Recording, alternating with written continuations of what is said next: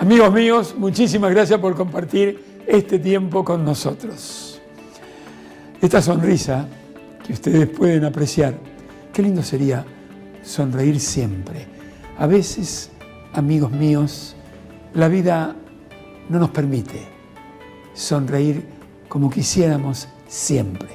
Determinadas circunstancias de la vida nos lleva no solamente a no sonreír, sino a veces llorar, porque esa es la vida. Hay momentos tristes, hay momentos muy alegres. Por eso cuando estamos sanos, nosotros y nuestros seres queridos, disfrutemos la vida. Disfrutemos la vida, que por otra parte no es muy larga la vida. Cuando uno es muy jovencito, no piensa que puede tener, o que va a tener 40, 50, 60, 70, 80 años si vive. Jamás piensa en eso. Cree que la vida es eterna. Por eso se cometen tantos errores. Porque si en algún momento de la existencia nos detenemos un instante para poder apreciar, valorar la vida con los que nos rodean, con ese amor al prójimo que quiere significar, como ustedes bien saben, próximo, el que está más cerca. Bueno, aquí estamos entonces, este lunes 18 de noviembre del año 2024. Tenemos dos entrevistas, ejemplos por seguir. Tenemos un médico argentino, cardiólogo, que nació en Córdoba, pero ama San Luis, se considera, y él lo dice, sanluiseño, y ahí opera este cardiólogo estudioso, muy estudioso, que lo presentamos porque, ¿saben una cosa? Operó al padre. ¿Qué edad tiene el padre? 90 años. Una técnica de la que él es un maestro, este médico argentino, que entre paréntesis, cuando era muy joven, le salvó la vida a Maradona, haciéndole un cateterismo en Uruguay. Presten mucha atención, llenémonos de orgullo de este médico argentino que debemos cuidar a nuestros científicos, a nuestros médicos, a nuestros maestros. Debemos cuidarlos. No debemos terminar con ellos, debemos hacerlos crecer. Viva la educación, viva la ciencia, viva la tecnología. ¿Qué es decir? Viva el trabajo de todos los argentinos. Vamos entonces con la primera entrevista. Un médico argentino. Atención, país.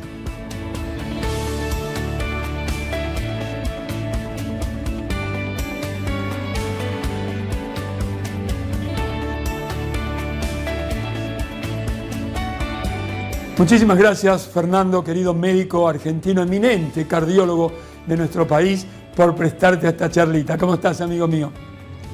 ¿Qué tal, Jorge? ¿Cómo estás? Buenas tardes a todos tus colaboradores que trabajan contigo. Un placer poder charlar contigo.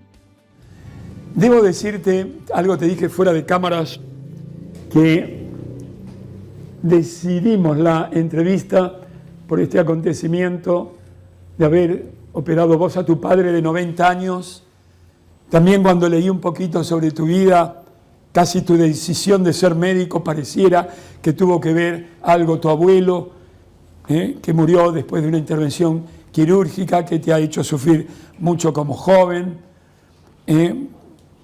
Además de esas cosas, una vida interesantísima tienes, de estudio, de pasión, de amor por la profesión, y de enormes sacrificios en tu vida.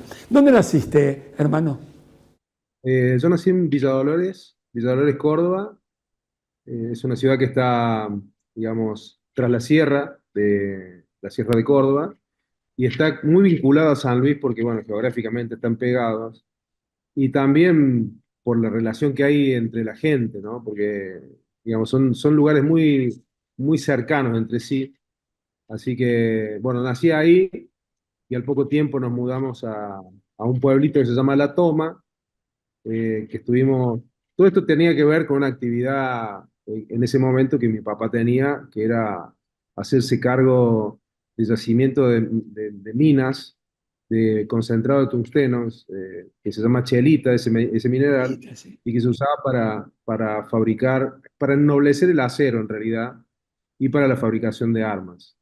Entonces, mi papá, el hijo menor de 8 hermanos, de mi abuelo Fernando Pastor, todos nos llamamos iguales, ¿viste? No ha Sí. habido mucha originalidad en la transmisión del nombre. Y bueno, que había dejado a sus hijos ahí en ese lugar. Y como estaba cerca del pueblo de La Toma, ahí estuvimos viviendo. Yo vivía hasta los 12 años ahí. Gracias. Bueno, ¿cómo era ese pibito? ¿Cómo era Fernandito a los 8 o 9 años en ese rincón de San Luis y de la patria? ¿Cómo era ese pibito? Contame algo. La verdad que son bastantes años para atrás, ¿no? Pero lo único que te puedo decir, a modo de resumen, yo fui feliz Qué por sobre lindo, todas las cosas. qué maravillas. Eh, Porque era un pueblo chico, donde existían todas las libertades. Tus padres te daban esas libertades porque mi mamá estaba en mi casa, mi papá trabajaba, pero en la zona estaba rodeada de gente que era gente de trabajo, como todo ese pueblo. Es un pueblo predominantemente minero, manufacturero, pero era un pueblo chiquito, el San Luis. En un San Luis que era diferente al San Luis de ahora, en un San Luis más distante porque, digamos, logísticamente era difícil y complejo la comunicación, pero que en ese espacio yo viví, digamos, una infancia inolvidable. Y digo esto porque frecuentaba el juego con mis amigos de esa época y también bueno, con ese berretín de mi papá de que lo acompañara a la mina, que para mí era como las películas de cowboy o de las películas del oeste americano, porque eran así, o sea, era bajar a pozos que tenían 80, 90 metros de profundidad en una maquinita que le decían zorrita, que era donde los mineros bajaban, ponían el gelamón, o sea, primero hacían la perforación en la piedra, después de haber seguido la veta, hacían la perforación, ponían el gelamón, subíamos en el carrito, ¡pum!, se detonaba de arriba y después bajamos. O sea que esos pozos todavía están en la Mira mina vos. y tienen una distribución, digamos, transversal al pozo principal. Entonces, en esas cuevas, cuando hace mucho calor, la gente se bajaba a tomar mate o a pasar la tarde ahí porque es pesado el calor de Loma Blanca del lugar. Eso todavía está. Fernando, no te pregunté, ¿mamá vive? Sí, sí, ambos, los dos. Ah, muy bien. ¿Cómo se llama mamá? María Cristina y bueno, y mi papá Fernando. Fernando. Ambos dos están vivos. Bueno, son un poco la razón por la cual estoy acá, donde vivo, más allá de que Eh, soy una persona que se nutre del afecto, se nutre de la vivencia, que tiene esa jerarquía en los valores. Me gusta el vínculo con las personas y que ese vínculo sea profundo, sea significativo. Mira vos. No es una pose, ni es como una característica. Ni siquiera fue una elección, creo yo. Es una característica. Una característica. Y que me he dado, así como me ha dado muchísimas satisfacciones, como todos en la vida, hay cosas lindas y cosas feas, pero predominan las cosas lindas. ¿Tenés hermanos, Fernando? Tengo una hermana, se llama Cristina Madeleine. ¿Menor? Sí, es menor que yo, tiene 2 años menos que yo. Vive acá a unas cuadras de mi casa también. Somos una familia, eh, por parte de mi madre, sobre todo aglutinante, y con muchas semejanzas a la familia de Laura, mi esposa, que también tiene una familia enorme acá de Villa Mercedes, una familia también muy conocida, y también con esa característica, ellos son descendientes de tanos, todos tenían panadería acá, con costumbres muy a la vieja usanza, ¿no? Sin ser viejos todos, porque están todos en este plano. Bien. Así que una familia, tanto de parte mía como de la parte de ella, realmente hermosa. Muchísimas gracias, querido médico prestigioso argentino, Fernando, que te haga este tipo de preguntas, que me permitas este diálogo, porque ya por lo que dices, por lo que vives, comprendes, aceptas este pensamiento mío de aquello que hay que revalorizar el sentido de la familia para darle un sentido cierto a la vida. Te imagino hiperactivo, como todo cardiólogo, como todo médico, y por lo tanto te has adelantado. Supongo que el amor de tu vida, ya me lo has dicho, se llama Laura, tu esposa. Sí, que anda por ahí supervisando todo. Anda por ahí dando vueltas, ya se va a acercar en algún momento. Y bueno, te voy a comprometer, dime qué es Laura en tu vida. Bueno, Laura fue ese, esa usina y ese cable a tierra a la vez, que, como le dije una vez, que era la paz que calmaba mis tempestades, y no fue un piropo, sino una realidad. Mira vos. Porque eso soy yo, una tromba, ¿no? Una tromba de actividades, de cosas, de Imagino. ilusiones, de proyectos concretos, concretados, o proyectos que fueron proyectos y no se concretaron.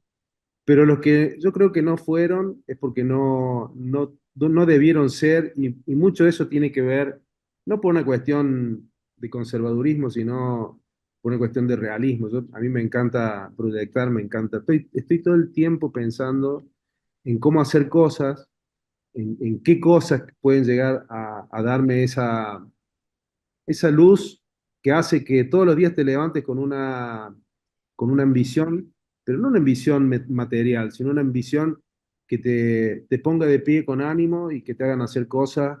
Y vos fíjate que esto no es un- una expresión demagógica, sino que el bien que vos provocás es una caricia al alma y que después se va reproduciendo y se va multiplicando. O sea, es algo realmente fortalecedor en todo aspecto. Y bueno, la mayoría de los proyectos que tengo o que hago tienen que ver con eso. ¿Tu escuela primaria dónde fue, Fer? A ver si recordás alguna maestra. ¿Qué pregunta? Eh, Fue en La Toma, en el colegio Domingo Faustino Sarmiento. Mira vos. Eh, Me acuerdo de la señorita Gladys. Mira vos. ¿En qué te Me acuerdo de metí? la señorita ¿En qué Gladys. te metí, querido Sí, médico? tratando de buscar y bucear un poco en esos espacios recónditos del recuerdo, me acuerdo de ella. Eh, Quizá porque tenía una figura muy particular para mí. Me acuerdo de ella nada más. Mira vos. Pero bueno, fue la toma en esa infancia que te digo que viví, que fue tan linda, ¿no? ¿Y la escuela secundaria dónde la hiciste? La escuela secundaria hice acá en Mercedes, Mm. en la escuela normal superior de Villa Mercedes. Terminé como en el colegio, que era acá en Mercedes, hay cuatro instituciones que forman a nivel secundario, cuatro o cinco, y bueno, yo pasé por la normal y por el colegio, porque así como era una tromba, como soy una tromba ahora, también era una tromba de niño y de adolescente, entonces andaba era un personaje muy importante, pero divertido, bien, o sea, así que bueno, empecé mi secundaria en el colegio normal y después lo terminé en el colegio nacional. A la Colegio Nacional. Y soy egresado del colegio nacional con Esteban Pedernera y de ahí me mudé para Córdoba Córdoba. para ¿Y estudiar. sos médico egresado de la Universidad La Universidad Nacional de Córdoba, de Córdoba? sí. O sea que sos producto de la universidad pública. Exacto, exacto. Soy tanto de la escuela primaria, secundaria y la universitaria. Muy bien. Con Laura hubo tres frutos, ¿no? ¿Me dijiste? No, con Laura tengo dos hijos, Dos María hijos. Emilia, sí, María Emilia y Juan Albano, y Juan Fabricio fue producto de una relación cuando yo era estudiante en Córdoba. Eh, Nació Juan Fabricio, que es el más grande, que también vive acá, en Mercedes. Tengo dos hijos viviendo acá y uno viviendo en Córdoba, que está trabajando, que es médico también. Así que comparto con los dos que tengo acá cerca. Qué lindo esto. Qué grande Laura, ¿no? Sí, Qué sí, lindo esto. Te dije que esto iba a ser una nota que iba a quedar para tus bisnietos. Dime, ¿conociste a tus abuelos, Fer? Sí, conocí mucho más a mi abuelo a Humberto Silvera, que fue, digamos, el de que hablábamos al principio, fuera de la cámara, con respecto a que tuvo vinculaciones con la familia de él, no sé, el abuelo de él, con San Martín.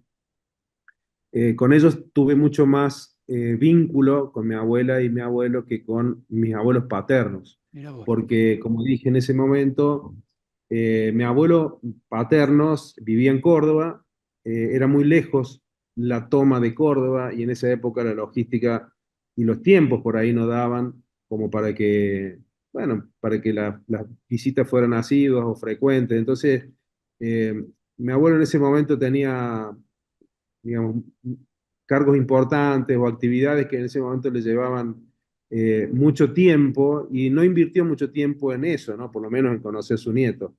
Entonces, las veces que yo he ido o que lo he visto es porque he ido a Córdoba, a la casa de él, eh, las veces que no fueron muchas, y que tengo algunos vagos recuerdos de su casa, de su oficina, de su escritorio. O sea, con la mirada de niño, ¿no? Con la mirada de niño de entrar a un lugar que me parecía palaciego y que de pronto, cuando fui hace poco, porque sigue estando la casa, era una casa común, pero para mí era como algo, no sé, gigantesco. Era la mirada de niño, ¿no? Así que tuve mucho más contacto con mis abuelos maternos, con Humberto y con Petrona. Mira vos. Y fueron prácticamente los que ayudaron a mi mamá a criar la persona que soy. Eran dos excelentes personas. Qué lindo, ¿viste? Pensaba en tu tatarabuelo que vos has contado, ¿eh? Que tenía una casa justamente en San Luis, que pasa por ahí nada menos que San Martín, creo que no sé si era 1818, pasa por Sí, ahí, se le rompen esas ruedas tremendas, qué sé yo, y tiene que alojarse 3 días en la casa de tu tatarabuelo. ¿Quién te contó? claro. Sé que están los libros esto. ¿Cómo viene Sí. esto a tu vida? Bueno, digamos, cuando hablábamos recién sobre mi infancia y de mi relación con mis abuelos maternos, mis abuelos maternos vivían en el Morro. Humberto y Petrona vivían en el Morro.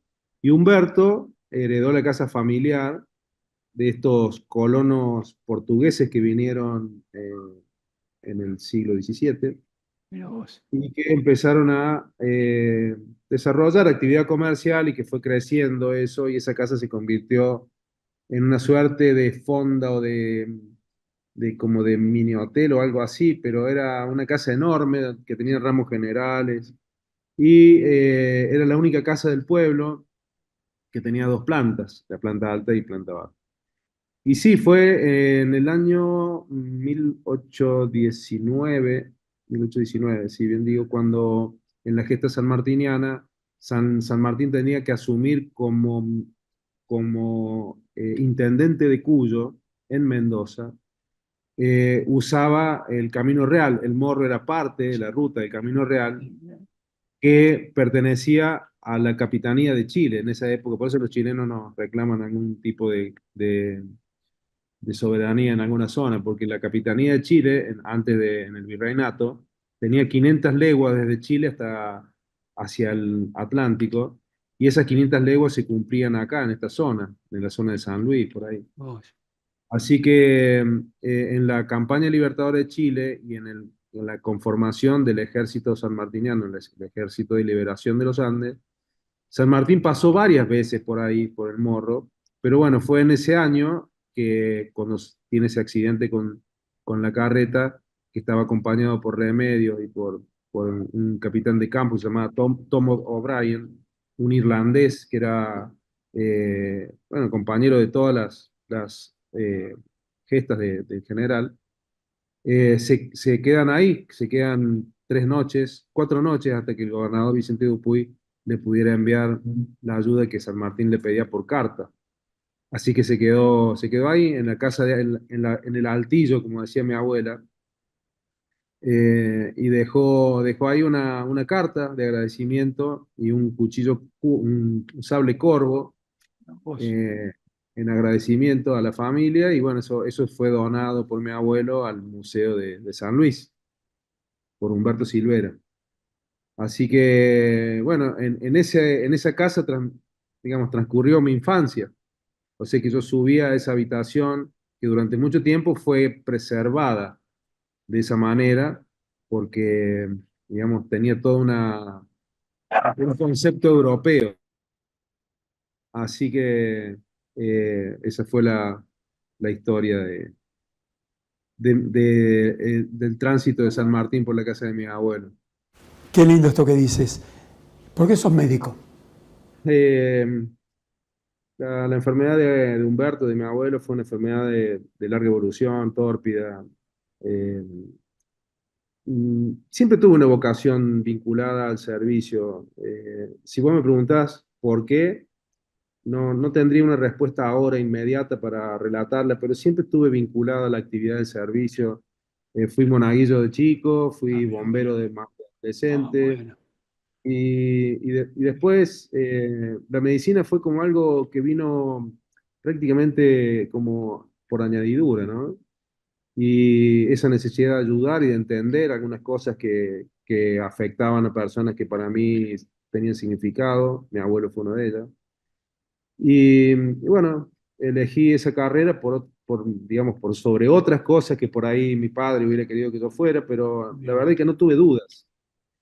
Y tampoco tuve dudas en la especialidad. Inclusive yo quería ser especialista en lo que hago antes de ser médico y antes de empezar la carrera de medicina. Mira Tenía vos. claro eso. Así que, bueno, elegí bien. Elegí bien porque no es un trabajo para mí, algo que hago con pasión, lo hago con placer. Me levanto todos los días con la satisfacción de saber de que hay N número de personas que puedo ayudar o puedo incidir positivamente en sus vidas. Y la verdad que me va bien, creo que por eso. Me va bien en el sentido de que tengo buenos resultados médicos, tengo pacientes que me quieren, no sé si me siguen, pero me quieren, No tengo más allá dudas. del resto. Así que eh, por eso medicina. Vos sabés que a veces he hablado con tantos médicos, ¿no? Y les digo como a un maestro, ¿no? Ustedes no se lo proponen, por supuesto, pero ustedes suelen lograr la fama póstuma, que dirán, ¿qué carajo me importa? Pero la fama póstuma.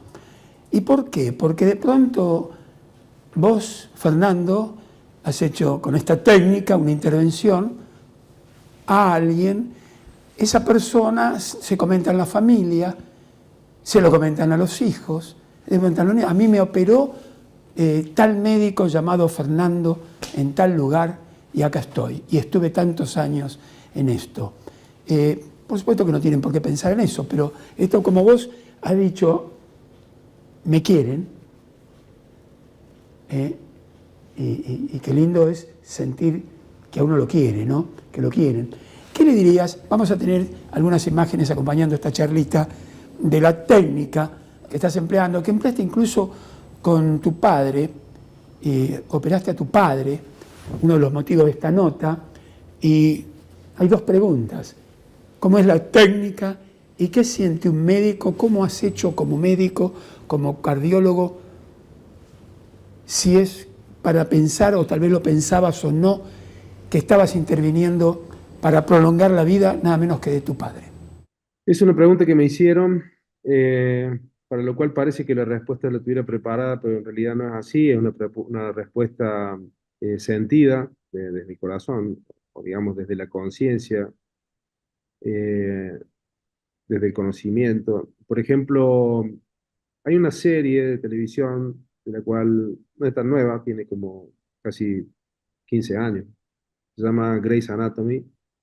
Y hay un capítulo de esa serie en donde específicamente cuentan que los protocolos aplicados a pacientes familiares de médicos, el médico no puede estar ni siquiera detrás del vidrio, el que tiene la vinculación sanguínea con la persona, porque son protocolos que se usan y seguramente que se usan con un sentido, con un estudio, con un análisis previo de por qué no.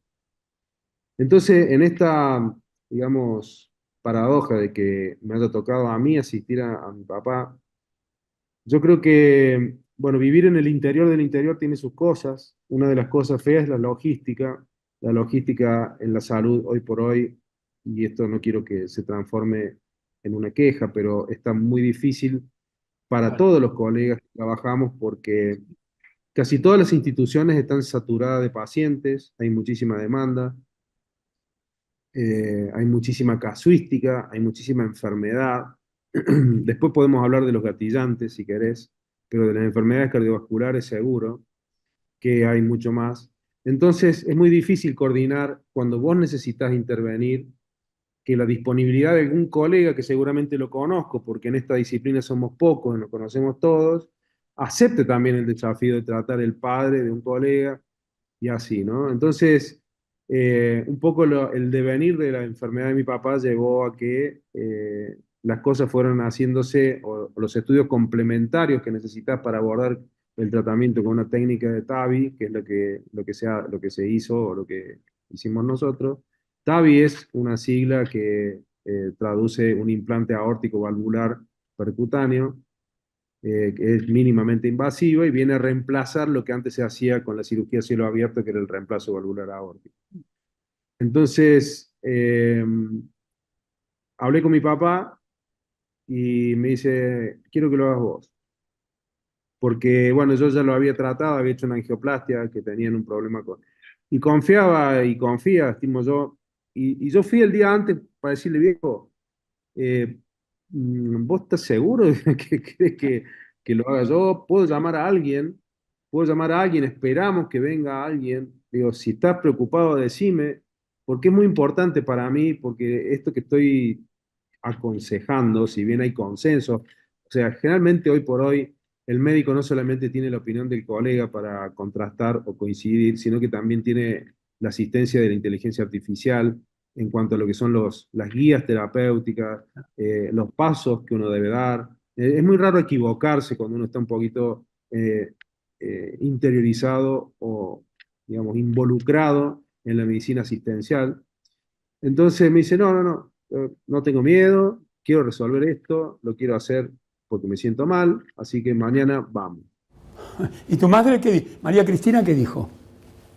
Y mi mamá, ¿qué puede decir una mamá del hijo? No le puede decir sí o no. Ella lo único que puede manifestar es con expresiones o de temor o de angustia o ansiedad. La verdad que fue un momento que yo no quise ponerme a analizar, porque si lo ponía a analizar como hijo, probablemente terminaba derivando la situación y el proceso o el problema para resolver en otra persona. Y la verdad que quería que estuviera en mis manos. Quería que estuviera en mis manos. Y bueno, creo que gracias a Dios y a la tecnología fue una decisión acertada, por más que haya ido en contra de los protocolos. ¿Lo charlaste con Laura? Supongo que sí. Sí, Laura es muy prudente en ese aspecto, es muy prudente porque sabe lo importante que es la relación que yo tengo con mi papá, con mi familia. Eh, digamos, es una decisión difícil, es una decisión difícil. Lamentablemente acá tenemos, mm, como en todo el país, pasa en todo, excepto en Buenos Aires o Córdoba, quizás Rosario, que hay muchos recursos humanos bien formados, buenos, que son buenos cardiólogos intervencionistas, que los conozco a todos, son excelentes, que tienen experiencia y casuística, pero no viven acá. Entonces, un poco eso fue también el condicionante de tomar esa decisión. La verdad que no me sentí que alguien haya dudado de que la decisión que estábamos tomando y que el procedimiento que íbamos a enfrentar tendría que haber dado un paso al costado. Inclusive tampoco yo lo sentía. Sentía que estaba dando lo mejor de mí, de ese bagaje en el aprendizaje, para aplicarlo a alguien que para mí era mucho más que importante, ¿no? Que es mi papá. Ni hablar. Y esta técnica, si más o menos, de pronto no es una irresponsabilidad de mi parte, irrespetuosidad de mi parte, pedirte que, a ver si me podéis describir la técnica y veremos si podemos documentarla, agregarle una documentación grabada. Sí, sí, seguro, seguro. Bueno, esto, el implante o el reemplazo valvular aórtico percutáneo, es una técnica que desarrolló un médico francés que se llama Alain Crivier Anda en el que año bien. 2002, fabricada con un stent autoexpandible ¿no? De nitinol, que tiene una característica particular en su constitución porque, digamos, es termolábil o termosensible, tiene un diámetro nominal para el cual está configurado que con la temperatura del cuerpo ayuda a llegar a su máxima expresión, es decir, para el diámetro nominal para el cual está concebido. Hay varias medidas que tienen que ver con medidas anatómicas que uno toma con herramientas como la tomografía en multicorte y está constituido de pericardio porcino, ¿m? Que ayuda a hacer el trabajo, a reemplazar el trabajo de la válvula biológica o de la válvula nativa, perdón, por la válvula protésica.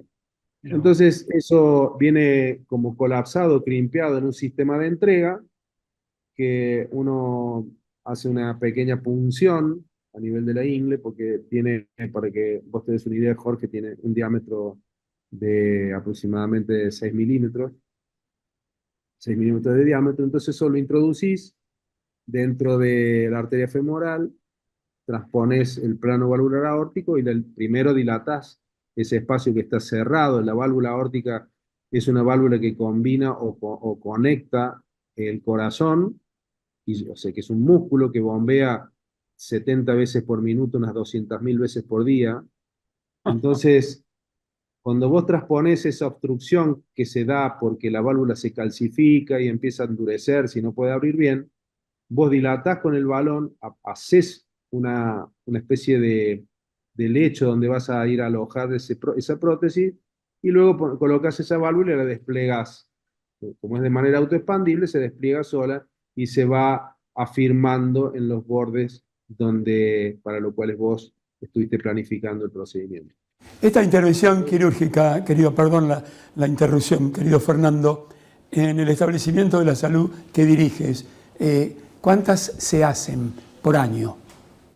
Bueno, esta fue la número 100, la de mi papá. Y atrás de mi papá venía otro que fue la 101. Mira vos. Eh, nosotros vivimos en una ciudad, Villa Mercedes tiene 160.000 habitantes y tiene una zona de influencia que va de norte a sur, que son localidades conocidas, Merlo, la más extrema en la provincia, después por el sur Nueva Galia, que es otra, son localidades chicas. Pero recibimos zona de influencia.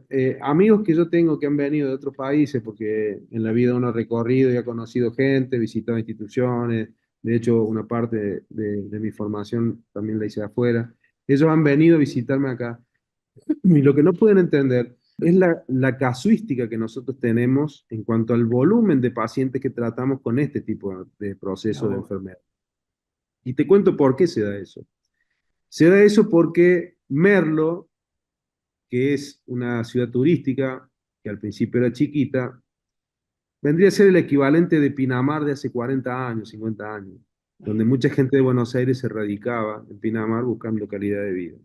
Bueno, eso mismo pasa acá, ese fenómeno pasa que gente de Buenos Aires, gente de edad, se viene a Merlo cambiando una calidad de vida, buscando un cambio en la calidad de vida, y su enfermedad eclosiona acá.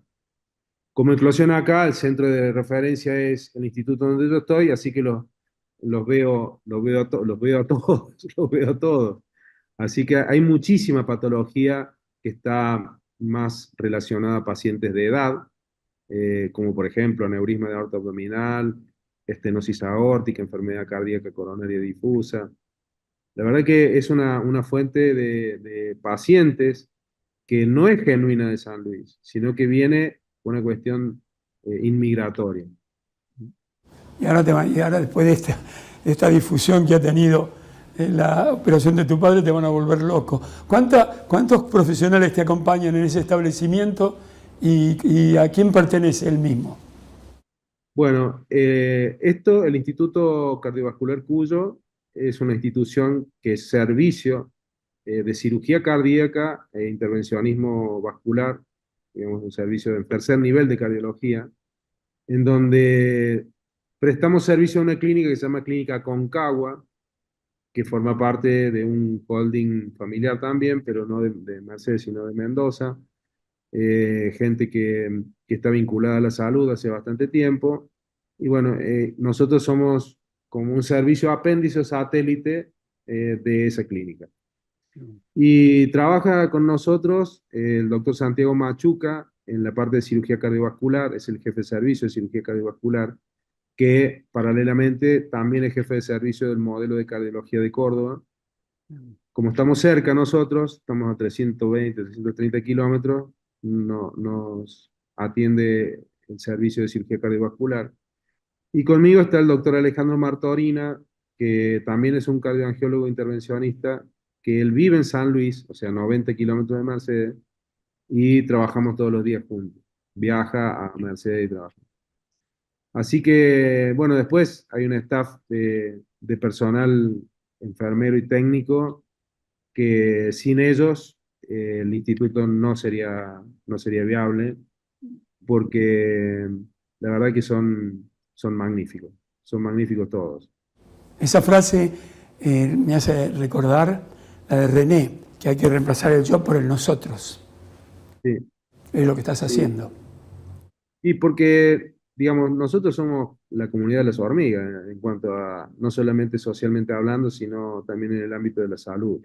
Lo que pasa es que muchas veces no queremos asumir que somos de la comunidad de la hormiga, porque solo o solos como institución es muy poco lo que nosotros podemos hacer por el ser humano, porque se busca tanto la subespecialización o la hiperespecialización en que uno empieza a despersonalizarse de que el paciente es un todo y empieza a obviar los gatillantes de las enfermedades y que tienen que ver con esto de la comunidad, ¿no? De la comunidad de las hormigas. Entonces, eh, a mí me gusta, por ejemplo, no me gusta que sea mi figura la que destaque, me toca ser a mí a veces el que pone la cara, ¿no? Tanto en lo bueno como en lo malo, pero nada de esto, nada de lo que hacemos con los pacientes sería posible si no hay un trabajo multidisciplinario que prepondere o prevalezca por sobre las individualidades, ya sea personales o de quien hace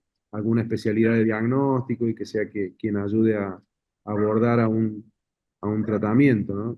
Fernando, me gustaría que los médicos jóvenes del país, de la República Argentina, es una situación compleja que vive el país, muy difícil, escucharan de tu boca y que me contaras, que nos contaras lo que has pasado en el 2001, ¿eh? Donde por ahí leí que hipotecaron la casa de tu padre, que te dieron un préstamo y que después la cosa se complicó muchísimo. Y porque eso me parece a mí, dirás para esto me entrevista a este tipo, pero me parece que es un buen mensaje que con tu capacidad de trabajo, de esfuerzo, por tu pasión, por tu amor, por tu valoración de la familia, todo ello, y que la gente sepa que este médico prestigioso que hoy sos, que te sé que te formaste también en los Estados Unidos, pasó por circunstancias difíciles, ¿no?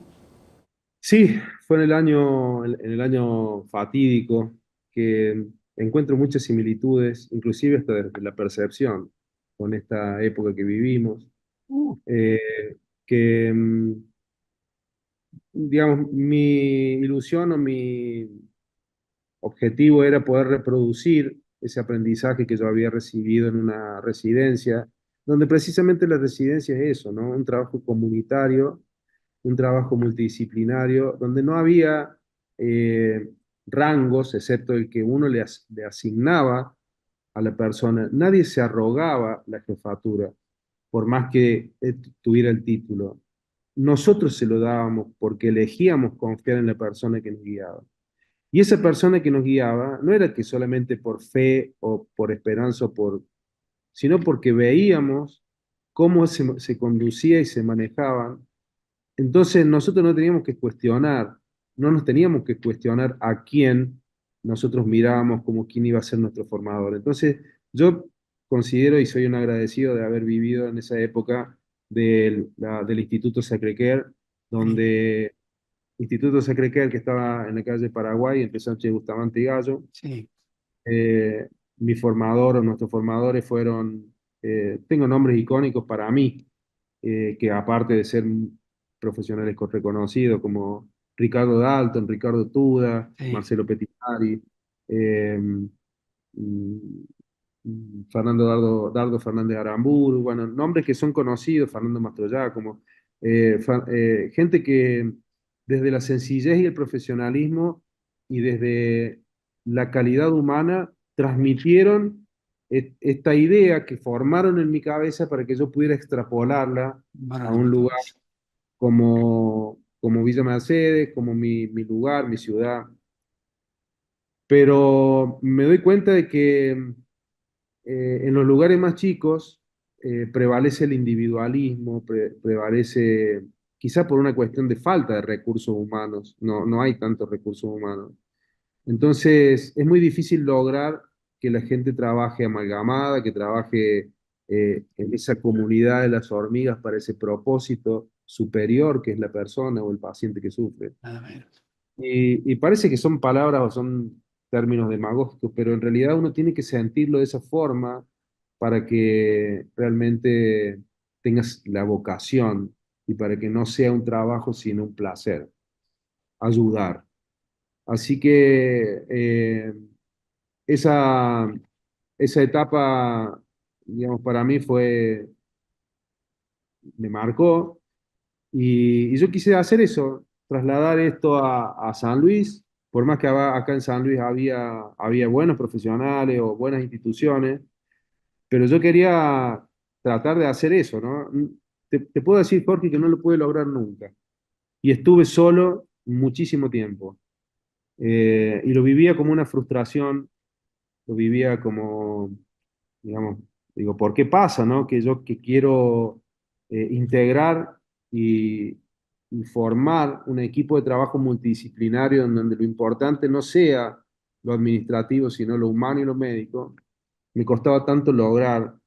Eh, Hay anécdotas que no cuento porque forma parte de cosas que quiero que no, que la mente se olvide, pero tenían que ver con esto, ¿no? De que el propósito por el cual yo había diseñado la estrategia de hacer, no yo, sino lo que quería era no inventar nada, está todo inventado. Fernando, ¿cómo está la especialidad en relación al mundo? Mira, nosotros no tenemos desarrollo tecnológico, no porque no tengamos la cabeza para tenerlo, porque de hecho el STEM lo diseñó un argentino, un platense, Julio Palmas. Sí, ya se lo conozco. Eh, Después tenemos a Parodi, que diseñó la endoprótesis aórtica para el tratamiento del aneurisma de aorta abdominal. Es decir, no tenemos déficit intelectual o déficit de materia gris o de cerebro, tenemos problemas de financiamiento. ¿Qué pasa? Vos te vas a Estados Unidos, yo estuve en Anaheim, en el Anaheim Regional Memorial Center, en el año 2008 en donde estuve haciendo un fellowship de 6 meses ahí, precisamente con dos argentinos, con Julio Vargas y con Oscar Matthews, Mirá vos, uno jujeño y otro porteño. mirá vos. Y ellos estaban ahí en el servicio de hemodinamia, bueno, estuve con ellos formándome. La tecnología es infinitamente superior, la disponibilidad de recursos también. Y nos falta a nosotros eso, nos falta financiamiento, nos falta el financiamiento para poder diseñar y concretar las ideas y los diseños que los médicos argentinos tenemos. Tenemos talento, pero no tenemos los financiadores.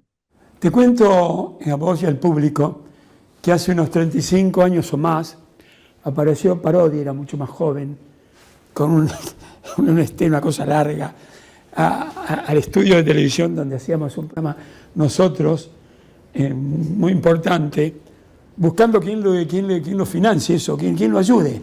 Y creo que por ahí comenzó un principio de ayuda, de ahí viene la relación que tengo con Parodi desde hace muchos años, ¿no? Con esto que estabas, ya que hablaste de Parodi, ¿no? Bueno, Fernando, mira, hay una pregunta que debo hacértela, ¿no? ¿Cómo fue atender a Maradona, siendo vos muy jovencito? ¿Qué recuerdos tiene de él, que tienes de él? ¿Y qué pensás de esta problemática? No te quiero meter en ningún lío, de lo que pasa con la ciencia y con la universidad pública en Argentina. Para ser sintético, te cuento lo de Maradona como primera respuesta a tu pregunta. Me vuelven loco mi colega porque me llegué a ser Salvador de Maradona. y porque no sé por qué se ha dado de esa manera. Yo tuve que ver con un equipo que lo trató a Diego en su parte, una parte de las más difíciles de su vida. Conformaba parte de un equipo que trabajaba en una institución que era de las características que te conté antes, y yo era un eslabón más de una cadena, pero por alguna razón el que tomó trascendencia y relevancia fui yo, no me lo merezco. Pero vos hiciste el cateterismo a él. Claro, sí, con Marcelo Petinari, que es mi jefe. Mi jefe, yo trabajé con él en ese procedimiento, no lo hice yo personalmente, Mm, lo hizo Participó. él, yo lo ayudé, claro, pero no puedo arrogarme la autoría pues, de algo que no hice. Entonces, yo formé parte de ese equipo y, y en eso era lo que yo te destacaba de la institución, que estábamos todos trabajando para el bien común, que era el paciente, independientemente que el paciente se llamara Diego Armando Maradona, más allá que era mi ídolo declarado y que cuando lo vi casi me desmayo.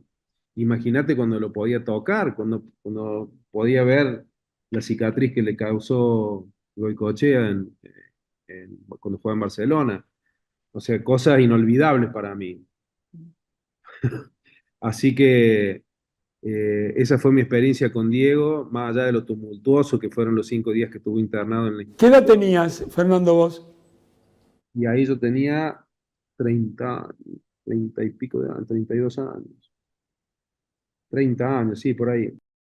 Así que fueron 5 días fatídicos para todos los que trabajamos ahí porque se alteró todo. Le salvaron la vida. Bueno, sí, sí, sí, en eso es verdad, porque llegó con un cuadro de insuficiencia cardíaca descompensada, a consecuencia de un medicamento que se le hizo en Uruguay. En vez de hacer una cardioversión eléctrica, le pusieron un beta bloqueante. Y porque yo la verdad que siendo empático me pongo en los zapatos del médico de guardia y hay que cardiovertirlo a Maradona. ¿Cómo hace para ponerle 50 Joule al 10? Yo no sabía si darle un beso o hacerle un abrazo o hacer la compresión de la femoral. Qué O fenómeno. sea, porque eso es lo que inspira y lo que irradiaba Diego.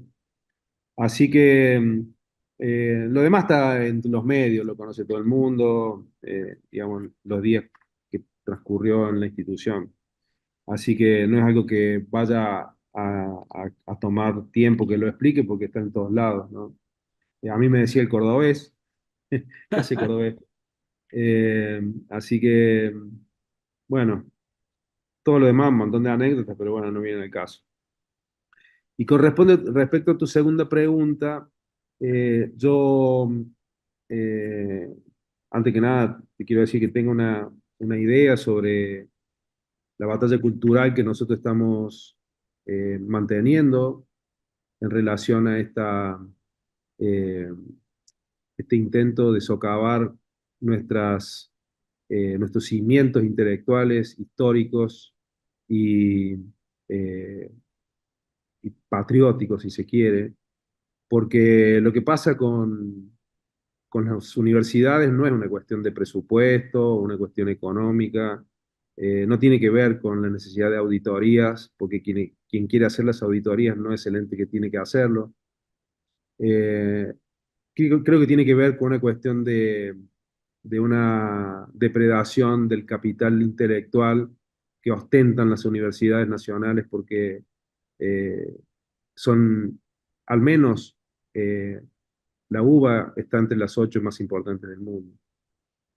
Entonces, y la Universidad de Córdoba también.